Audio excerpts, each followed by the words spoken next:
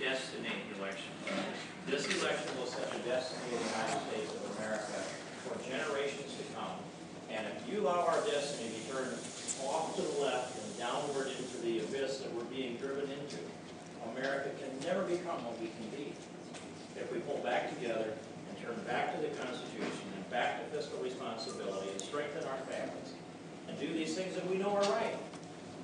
And I just watched the way President Obama has driven us down over to the abyss of an economic collapse and driving the spending. I'll give you this narrative. And it is on February 10th, 2009, Barack Obama came before our Republican conference. And I give him credit for walking into all those Republicans to try to sell us on his economic stimulus plan. And we got into this discussion about the Great Depression and the New Deal. And he said, and he was looking at me about this far away, right into my eyes, and he said the New Deal actually did work. But Roosevelt lost his nerve. He got worried about balancing the budget and he pulled back. And when he pulled back, it's when he should have spent more money. And so therefore it brought about a recession within a depression, and unemployment went up, and along came World War II, the greatest economic stimulus plan ever. And when he said that to me, he convinced me that he believed it. And it's clear that he is a Keynesian economist, if he's an economist at all. John Maynard Keynes was the economist that influenced the first half of the 20th century more than any other, and convinced Roosevelt that they should borrow and spend, and if you shovel enough money out there, they'll spend that money and stimulate the economy. The difference between Keynes and Roosevelt and Barack Obama is, at least Roosevelt thought you ought to do a little work for that money. Yeah. And here Barack Obama doesn't even unconstitutionally just simply abolish the welfare to work. We have one component. There are 80 different federal means-tested welfare programs. 79 of them don't require any work. The one that did was TANF, Temporary Assistance to Needy Families. That's been put in place since '96, I believe the year was. He canceled the workfare portion of that one, so now there's no workfare left. And it's lawless. And it's been going on continually. The times that he has simply looked at the law and decided, I don't like it, the Congress won't change it, but I'm now going to go off on the path I want to be, as if he were king. Well, I know a little about being a king. And I would say to Barack Obama, you're only the president, not the king. You can't legislate standing behind the podium, which he did on the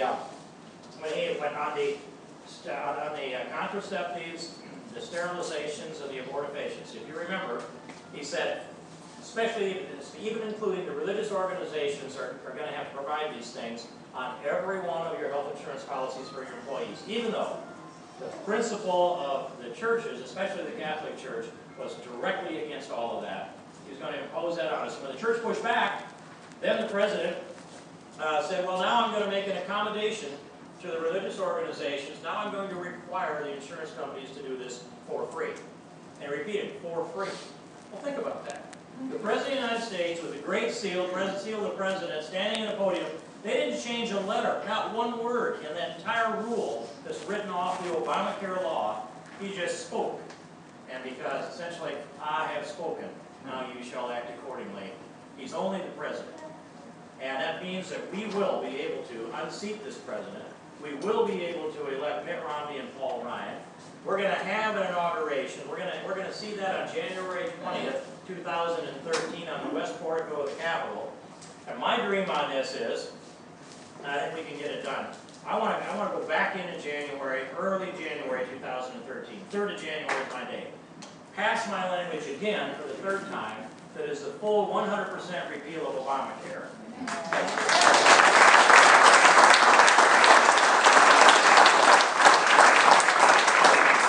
The last words of that bill, it's not 2,700 pages, it's 40 words. And the last words are, as if it had never been enacted. Yes. Now I'm going to rip it out by the roots.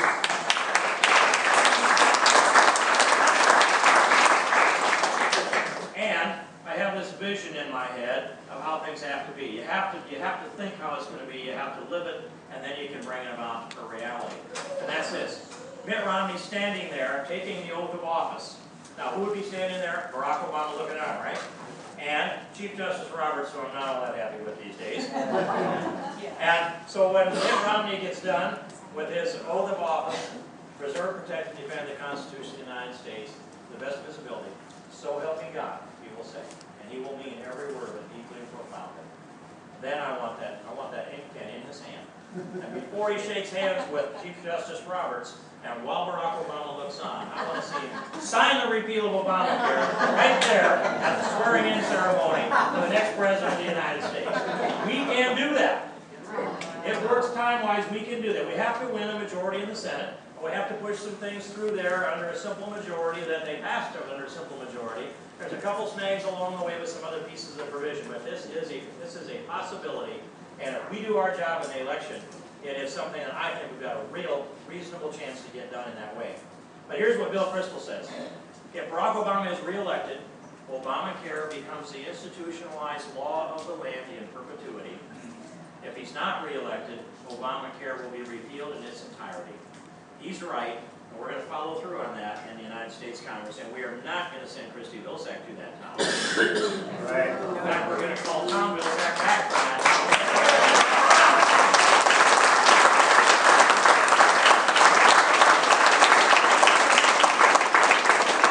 Okay, enough said about her campaign. I haven't heard her take a position on anything, so I'll just tell you this. People wonder about debates. They wonder about the ads that have been run. They spend hundreds of thousands of dollars dumping things on my head.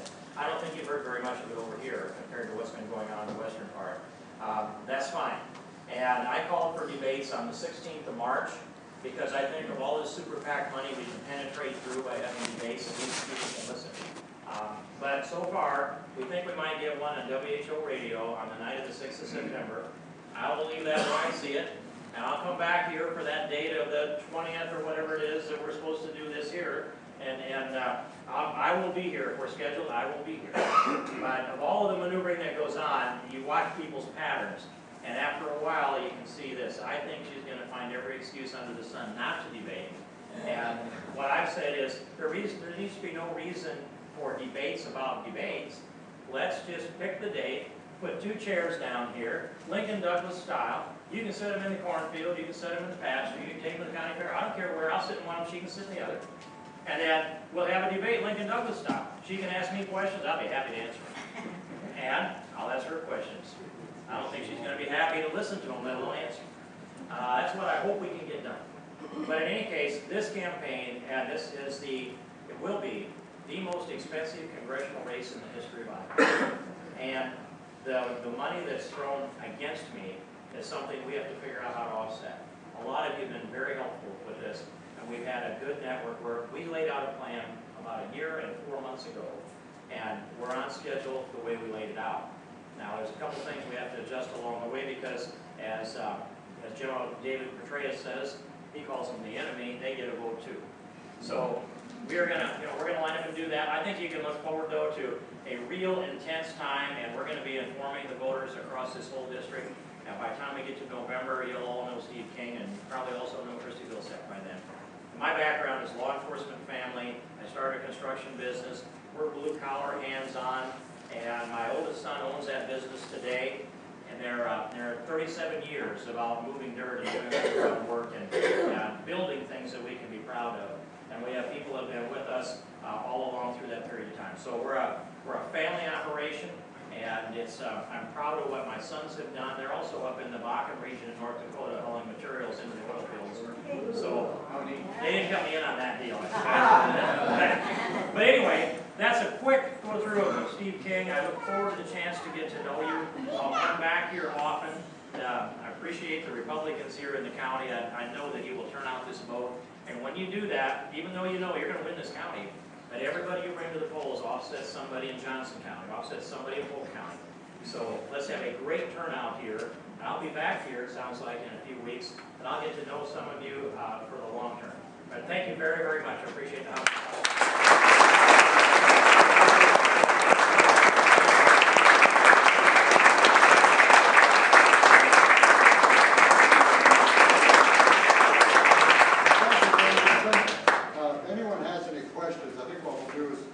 We'll move along with some other comments, and if Just one or two questions. We can go ahead and answer. Try and respond. I'm trying to give short answers. There you go. Will you be around the evening, the whole evening? I'm gonna try to, I've got a longer reference, so I'm gonna try to. Okay. But if there's a couple short questions, I'll try to answer. If not, No. we'll catch them when I come back. We generally, the Republicans bring Franklin County, but you're right, we need to offset more of the other areas. Is she getting inroads over in that area? You know, She's gotta be anomalous. it's, Only because of the other. well, the question is Christy Vilsack getting inroads over in western Iowa? Our numbers in western Iowa have been very strong, but they have spent hundreds of thousands of dollars on TV attack ads. They bought everything in Sioux City and just dumped that in, and of course Des Moines TV too. So it's been a heavy buy, and when that happens, people wonder, is this true or isn't it? We look at it this way, like, if you ever watch Perry Mason, the prosecution's been running about 5 weeks and maybe $600,000-700,000, and we just have not had the resources to answer that. I didn't think it was wise either.